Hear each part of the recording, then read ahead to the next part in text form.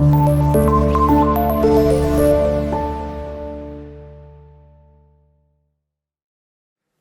वालेकुम dear student, this is Qasim Madeed your physics teacher.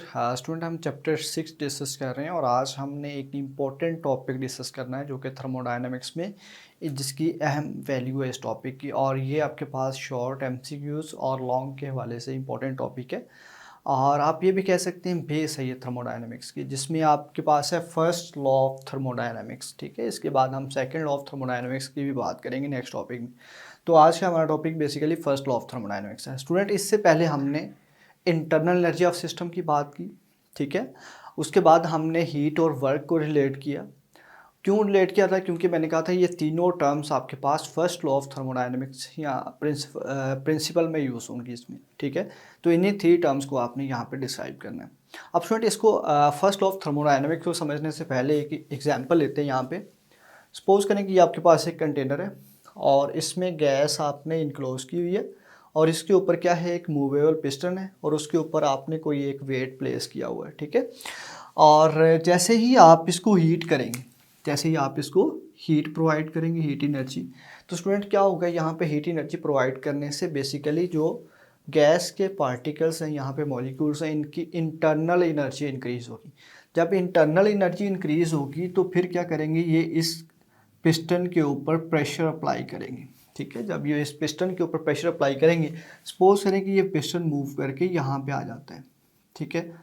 और gas का इतना वॉल्यूम क्या हो जाता है आपके पास, एक्सपैंड हो जाता है। यही मॉलिक्यूल्स यहाँ पे आ जाते हैं और इतना वॉल्यूम इसका क्या हो जाता है, एक्सपैंड हो जाता है, ठीक है। तो यही बात आपके पास बेसिकली क्या है, law of conservation, first law of thermodynamics, जिसको law of conservation of energy भी हम बोलते हैं। फर्स्ट लॉ ऑफ थर्मोडायनेमिक्स का ओरिजिन क्या है, बेसिकली जो हम मैकेनिकल सिस्टम में जब बात करते हैं तो जो आपके पास law of conservation of energy है ना, जिसमें आपने कहा था कि एनर्जी को ना आप क्रिएट कर सकते हैं ना डिस्ट्रॉय कर सकते हैं, but it can be converted from one form to another form. और कोई भी आपके पास आइसोलेटेड सिस्टम है तो उसके लिए एनर्जी क्या रहती है, कंजर्व रहती है, ठीक है। तो यही बात को हम समझते हैं, जो यहाँ पे हमने देखा कि अगर हम हीट एनर्जी प्रोवाइड करते हैं किसी भी सिस्टम को, ठीक है, तो इससे क्या होगा, एक तो इसकी इंटरनल एनर्जी इंक्रीज होगी और दूसरा ये वर्क सिस्टम वर्क करेगा सराउंडिंग के ऊपर। सराउंडिंग क्या है, जैसे पिस्टन है यहाँ पे, तो उसमें एक्सपेंशन देखने को मिली। तो मतलब ये काम क्या कहा आपने कि जब आप हीट एनर्जी प्रोवाइड करते हैं तो सिस्टम की इंटरनल एनर्जी इंक्रीज होती है और दूसरा सिस्टम वर्क भी परफॉर्म करता है जो इंटरनल एनर्जी में चेंज आएगा बेसिकली, ठीक है। तो यहाँ पे इसी को अगर हम स्टेटमेंट इसकी लिखें तो इसकी स्टेटमेंट आपके पास यूँ बन जाएगी, इन एनी थर्मोडायनेमिक प्रोसेस, किसी भी आप थर्मोडायनेमिक प्रोसेस की बात करें जिसमें आप इनिशियल स्टेट से फाइनल स्टेट की तरफ मूव करेंगे, किसी भी बाउंड्री कंडीशंस की आप बात कर रहे हैं, तो व्हेन हीट इज़ एडेड, जब हीट क्या होगी, जैसे सपोज करें क्यू आप इसमें ऐड कर रहे थे, दिस एनर्जी, किसी भी सिस्टम में अगर क्यू ऐड हो रहा है तो this energy appear as increase in internal energy. तो इंटरनल एनर्जी को अगर आप क्या करें, यू से रिप्रेजेंट कर रहे हैं तो उसमें क्या आएगा, चेंज आएगा, वो इंक्रीज होगी इंटरनल एनर्जी।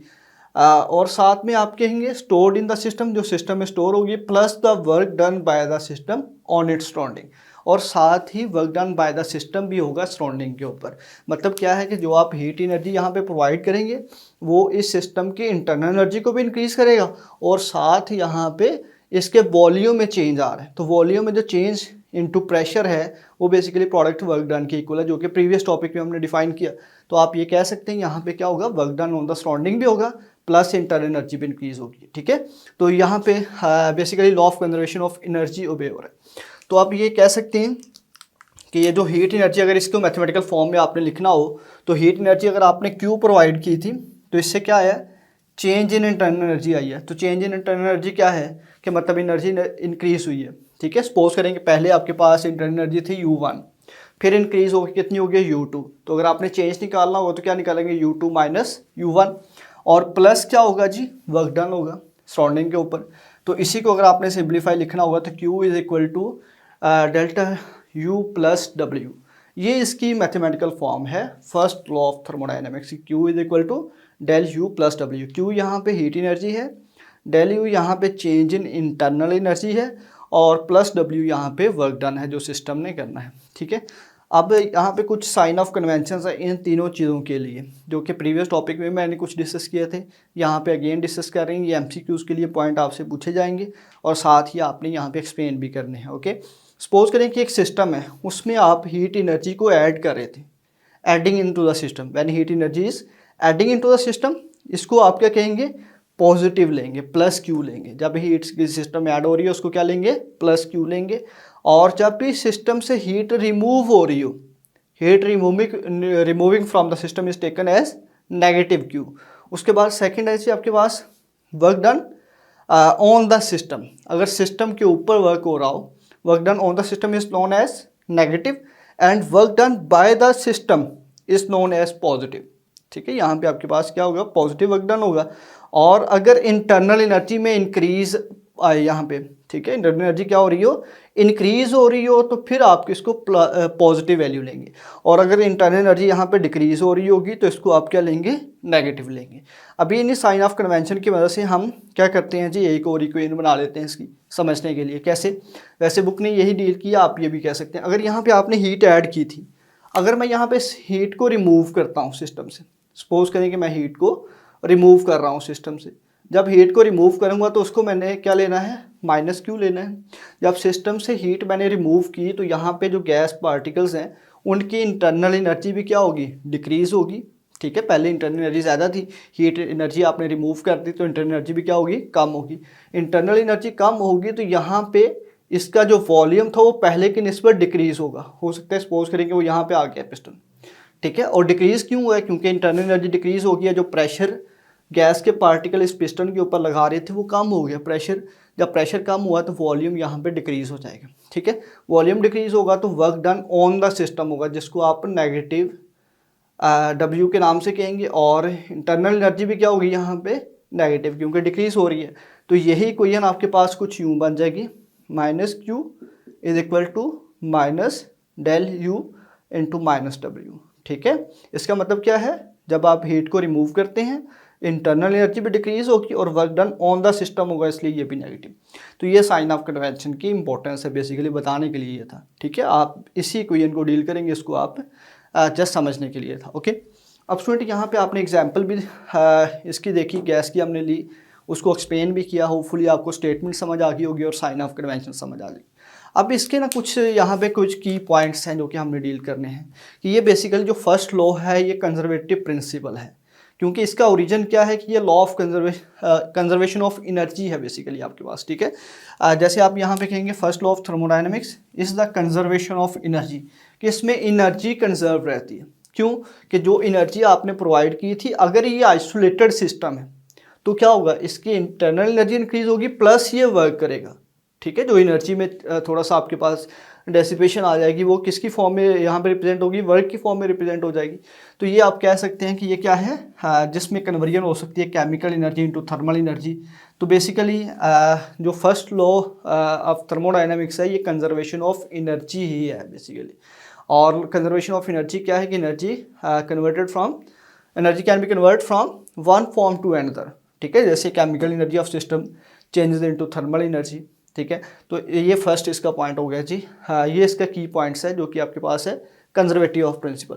दूसरा है वाइडली एप्लीकेबिलिटी इसकी। ठीक है, वाइडली एप्लीकेबल है ये, क्यों, आप देखिएगा किसी भी मैकेनिकल सिस्टम के अलावा, ठीक है, मैकेनिकल वर्क के अलावा या मैकेनिकल सिस्टम के अलावा, beyond mechanical work, the first law applies to all form of energies and all type of process. सभी के ऊपर ये अप्लाई होता है मैकेनिकल सिस्टम के अलावा। ओके, ठीक है, और जिसमें आपके पास क्या आ जाता है, किसी आप केमिकल रिएक्शन की बात कर लें, ठीक है, आप एक इलेक्ट्रिकल सिस्टम की बात कर लें, एक न्यूक्लियर सिस्टम की बात कर लें। ठीक है, जैसे न्यूक्लियर सिस्टम में जो हीट एनर्जी प्रोड्यूस होती है, यहाँ पे आप कह सकते हैं उसको फर्दर आपने कैसे यूज़ करना है, इलेक्ट्रिकल एनर्जी में कैसे कन्वर्ट करना है। तो यहाँ पे ये कन्वर्जन ऑफ एनर्जी को हम डील कर सकते हैं। तो ये बेसिकली इसकी वाइडर एप्लीकेशंस हैं। ओके, अब स्टूडेंट हमने इसकी कुछ एग्जाम्पल बुक ने डील की हैं। लास्ट पे 2 एग्जाम्पल हैं जो इंपॉर्टेंट शॉर्ट क्वेश्चन के तौर पे भी आपसे पूछी जा सकती हैं। पहली एग्जाम्पल यहाँ पे बाईसाइकिल पंप की एग्जाम्पल ले रहे हैं। कहते हैं जैसे आप साइकिल में हवा भरने के लिए पंप का यूज़ करते हैं, तो आप जैसे ही उसको वाइडली उसके ऊपर रैपिडली उसके ऊपर हैंडल के ऊपर क्या करते हैं, पंप करते हैं उसको, तो क्या होगा, आपने देखा कि वो हीट अप हो जाता है, हीट हो जाता है।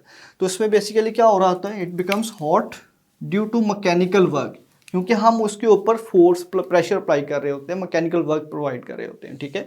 तो इसमें बेसिकली गैस की इंटरनल एनर्जी इंक्रीज हो जाती है, ठीक है। जैसे ही आप उसका प्रेशर रिड्यूस करेंगे तो उसकी इंटरनल एनर्जी इंक्रीज हो जाएगी, ठीक है। तो ये आपने यहाँ पे देखा कि बाईसाइकिल पंप की जो एग्जांपल है उसमें आप टेम्परेचर में चेंज पेयर कर सकते हैं थर्मोकपल की मेथड से, ठीक है। थर्मोकपल साथ कनेक्ट कर दें, वो आपको बताएगा कि टेम्परेचर में इंक्रीज आ रहा है। जैसे आप रैपिडली यूँ उसके ऊपर अप्लाई करते जाएंगे, ठीक है, पंप करते जाएंगे उसको, एयर को, तो आप देखेंगे यहाँ पे mechanical work in the form of heat energy convert होता है, ओके। उसके बाद आप ह्यूमन मेटाबॉलिज्म की एग्जांपल ले लें, ठीक है। आप ह्यूमन बॉडी की मेटाबॉलिज्म की या किसी भी एनिमल की एग्जांपल ले सकते हैं कि आप क्या कर सकते हैं, भागते भी हैं, डिफरेंट एक्टिविटीज़ परफॉर्म करते हैं, वर्क परफॉर्म करते हैं। तो इसके लिए हमें भी क्या चाहिए, हीट एनर्जी चाहिए, और हीट एनर्जी हम कहाँ से ले रहे हैं, फूड से हम ले रहे हैं, ठीक है। तो यहाँ पे भी एनर्जी कंजर्वेशन ही है बेसिकली। और मेटाबॉलिज्म को अगर आपने डिफाइन करना हो तो energy transforming process that occur with in an organism. अगर किसी भी ऑर्गेनिज्म में एनर्जी ट्रांसफॉर्मिंग प्रोसेस हो रहा हो तो उसको आप क्या नाम देंगे, मेटाबॉलिज्म का नाम देंगे। तो ये एमसीक्यूज़ के लिए पॉइंट भी आपसे पूछा जा सकता है।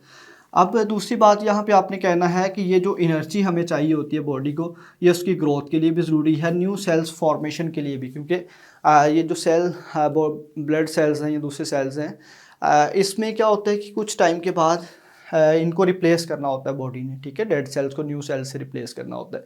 तो इसके लिए भी आपको एनर्जी ही चाहिए। तो कुछ ही एनर्जी ग्रोथ के लिए यूज़ हो रही है, कुछ ही एनर्जी क्या है, बॉडी ग्रोथ का मतलब क्या है कि बॉडी की इंटरनल एनर्जी इंक्रीज़ हो रही है, और कुछ आपकी एक्टिविटीज़ के लिए यूज़ हो रही है, मतलब कोई भी मैकेनिकल वर्क आप कर रहे हैं, भाग रहे हैं, कुछ एक्टिविटी परफॉर्म कर रहे हैं, तो ये सब में क्या हो रहा है, आपके पास वही एनर्जी यूज़ हो रही है, ठीक है, जो कि आप फूड से ले रहे हैं। फूड में बेसिकली केमिकल एनर्जी है, तो केमिकल एनर्जी यहाँ पे मैकेनिकल वर्क में भी कन्वर्ट हो रही है, बॉडी के इंटरनल एनर्जी को इंक्रीज़ करने के लिए भी यूज़ हो रही है, ओके। तो आप यहाँ पे कह रही हैं यही जो आपके पास इक्वेशन थी कि Q is equal to del U plus W.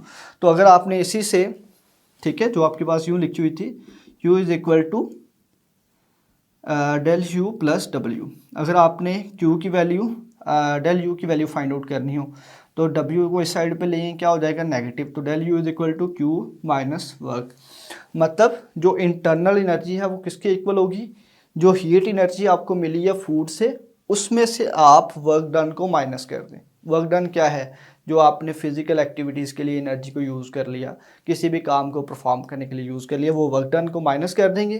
तो ये जो Q है यही क्या हो जाएगी, हीट, फिर आपके पास इंटरनल एनर्जी की फॉर्म में हो जाएगी, अगर आप उसमें से जो उस एनर्जी को निकाल दें जो वर्क के लिए यूज़ हो रही है, ठीक है। और इसका मतलब है जो इंटरनल एनर्जी है maintained by food we eat. तो बॉडी को जो इंटरनल एनर्जी चाहिए होती है उसको हम फूड से मेंटेन कर सकते हैं, ठीक है, फूड लेना पड़ती है हमें कॉन्टीन्यूसली। और फिर इससे क्या हो सकता है कि बॉडी ने जो भी एक्टिविटीज़ परफॉर्म करनी है उसमें कुछ यूज़ हो जाएगी, और कुछ बॉडी की इंटरनल एनर्जी को मेंटेन रखने में वो फूड यूटिलाइज हो जाएगी।